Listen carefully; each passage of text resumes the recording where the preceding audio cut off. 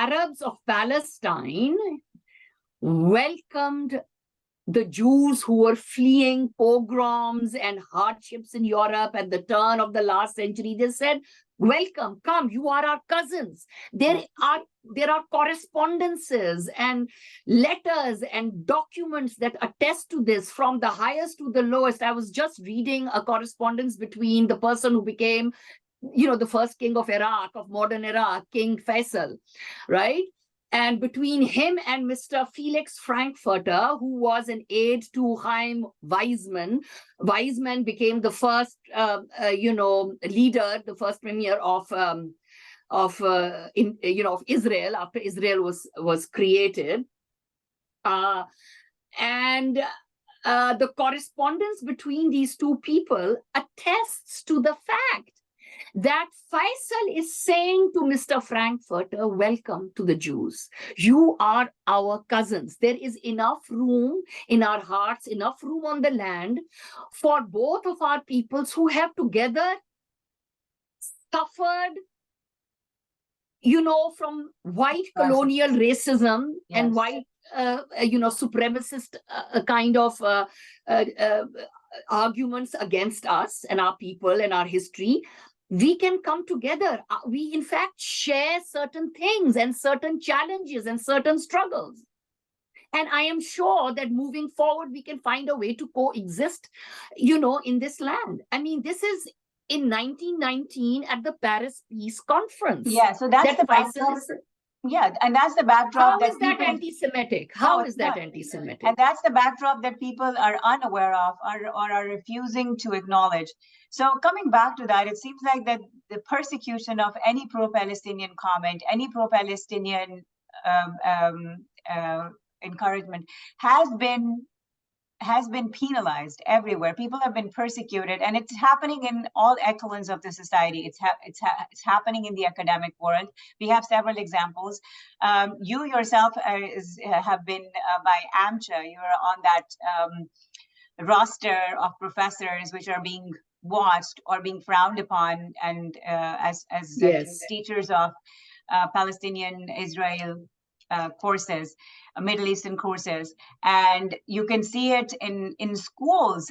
Even you could see it in the Congress. You're seeing it everywhere. The Rashida Tlaib, unfortunately, Rashida Tlaib, you know about her, the only American Palestinian representative who was censured for some pro-Palestinian comments that she made on her social media accounts. So yes, Amna, that there is everything that you've said is correct and true. And it is obviously very disheartening when we are surrounded by a news cycle in which we are hearing about these kinds of attempts, which can only be called, McCarthyist, right? They are reminiscent of the McCarthy era in this country, in which people, with progressive views, on the what we might call on the progressive left, because of their those ideas, were being shunned, were being pushed out of jobs, were being hounded, were being imprisoned. And we thought that America had left that behind, right? Because there is such a big commitment in its own constitution to the freedom of speech, right? And so we have come a long way from the McCarthy era in the last century to now 2023, but the same tactics are once again now being deployed, and you can see that in the examples that you have cited. So of course, that is extremely disheartening. There are many, and some are really bad. Like, for example, the students who spoke in favor of a just resolution and peace and justice in Palestine, and none of them were there saying death to Jews or doing any kind of a horrible anti-Semitic ranting or anything. They were simply standing up and speaking in favor of Palestine and expressing anger, righteous anger at their own administration and people who were refusing to call a spade a spade. I mean, what is happening is a genocide, and people who refuse to acknowledge that are aiding and abetting in that genocide. Like, do you so they were saying, as are the rest of us, please stand up and be counted on the right side of history, because tomorrow you will be very, very ashamed when it turns out that, what you have done is, participate in crimes against humanity. And for just saying that, which is what students do, right? And there are many other groups speaking out for, the state of Israel. I mean, campuses are supposed to allow for this, right? Yes. And they're just for saying that, I mean, professors came down after them, other students came after them, and then that the phenomenon called doxing started, right? Yes. So which is so dangerous. So their names, their photographs, I mean, some of them going up on the sides of trucks that were pulling Yes, up. I was going to say, right? there are trucks with students' names and information and images on them. That's the worst kind of how doxing that is you could. that? I mean, today, as any other day, right, to insist and clarify that there is absolutely no link between the two, that in fact, to be anti-Zionist may be the most pro-Semitic thing you can do, because in a way, to be anti-Zionist is to be against the idea of settler colonialism, right? It's not to be against the religion of Judaism. Yes. Because Zionism was never a Jewish idea. Zionism was a secular nationalist ideology. It had nothing to do with religion. Yes, the idea was, let us resettle Jews from Europe and give them a national home as part of, the general decolonization that was going on around the world. And Correct. Certain Jews of Europe, they hit themselves to that wagon, starting with Herzl and even before him, others. And for many, it really became a way to find a place to exert power in an era when power now was going to be understood or be practiced primarily through nation states, because the era of the empires were gone. They were done, right? So if you did not have your own nation, maybe you could not be part of this idea of, world being taken seriously by the world. So you can understand where that idea of a nation state was coming from. But what very quickly happened, in order to make it palatable, you see, the Zionists, they tried to explain it to the world, to their own Jewish people as well as other people, in terms that could not be refuted on a moral or ethical ground, which is to say, well, we are returning to a land, Holy land. which was given to us, 2,000 years ago by God. But you see, that as a faculty member that I have known and respected a long time, also works in the English department at my university, he has always pointed this out very correctly and to the point, is that is a mystification. That is a myth. I mean, by that logic, anybody can get up and say, I have to go to Australia. My God gave it to me. I now will kick out all the New Zealanders because really in my holy book, God made me, gave me that land. I mean, that doesn't hold any water, you understand? That is a mystification. And to state that is not to be anti-Jewish. It is to be anti-Zionist. The two projects and the two ideologies, the two things, the two realities are entirely different, which is also the reason, Amna, that you have so many Jews, particularly the ultra-Orthodox Jews, who really adhere to the Torah and to the law as written down in the Torah, in the holy book of the Jews. They feel this is an abomination, that Israel is an abomination for the Jews.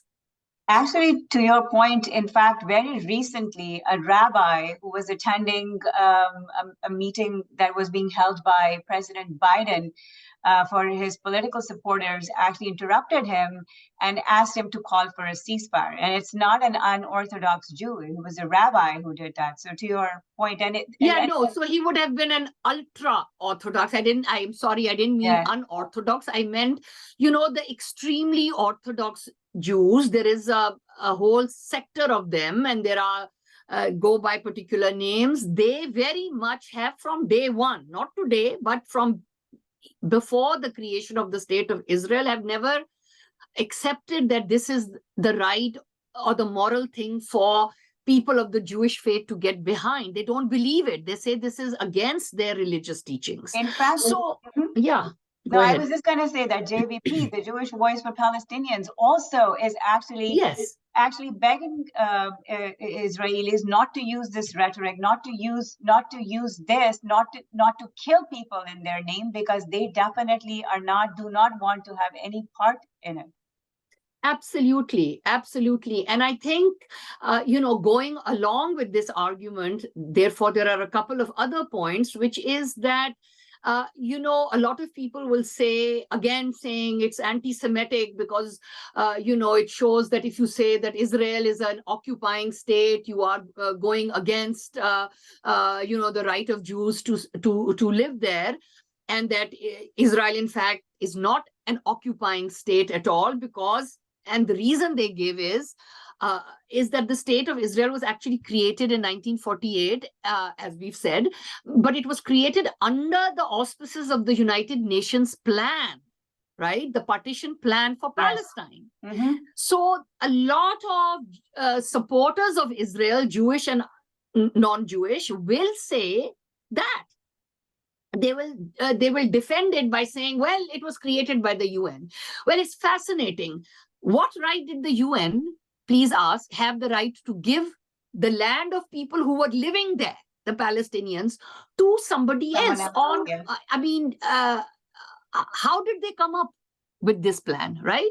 And the question becomes, who has the right to start parceling out lands? And the UN did it because the UN was under pressure from the colonial powers at that time, who were losing their empire in India, who were losing their empire here, there, and everywhere. And they realized that this region is full of oil, this region is going to be very powerful, moving forward, that this would be the place where they needed to keep their foot in the door in order to, continue to hold power in the world. I mean, somebody who has held power doesn't want to give it up. And certainly England and France and then America, none of them, they were not interested in giving up their power. So they actually, through the UN, ended up creating this state, which, serves their purposes. So really, for all intents and purposes, this state of Israel today serves as the US's watchdog in that area, doing the US government's bidding to keep everybody else in line and under the control and under the imperial boot of the US. And obviously the, England, France, and other European powers also are interested in keeping the status quo going. So it is not out of that they are, there are plenty of anti-Semitic people within the governments, the parliaments, the leaders of all of these countries. But they support Israel not out of any real, true love of Jewish people or the Jewish religion. They are doing it out of real politics because they understand that, by supporting Israel, they are in fact ensuring their own political careers, right? Yeah. Because they are heavily funded. A lot of their donors come from a variety of, communities with ties to Israel and so on. And so they are very tight to the hip, you see, to this machine, this political machine or machinery, right? Yes. In which a foreign country, in this case, Israel, ends up dictating the policies, particularly the foreign policy of the United States of America. And anybody who runs for public office, who criticizes Israel, knows that they are digging their own grave, which is why people like Biden and all of these Congress people who are just shutting down any resolutions that say, all they are saying is, they're not even willing to back a humanitarian ceasefire. I mean, how disappointing is that?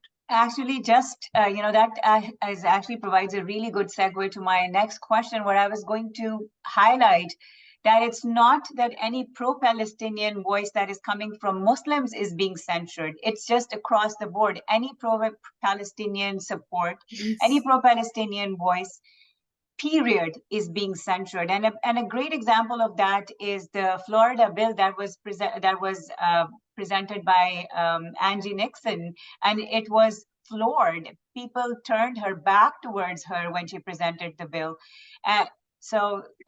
Yes, I'm glad you brought her up. Obviously, when people like her speak out, it is so encouraging and moving, and she spoke so eloquently, and she broke down several times, crying, yes. that I don't want babies to be killed. Yes. That is her stand. And she made it clear that she will speak up, even though the voices of the powerful are arraigned against her and trying to shut her up. Because she says she is speaking for the people who elected her, the minority communities in her district, the people who are the poor and the dispossessed, the people of color, the Black and people, the African Americans and others like them. She is standing for them and with them.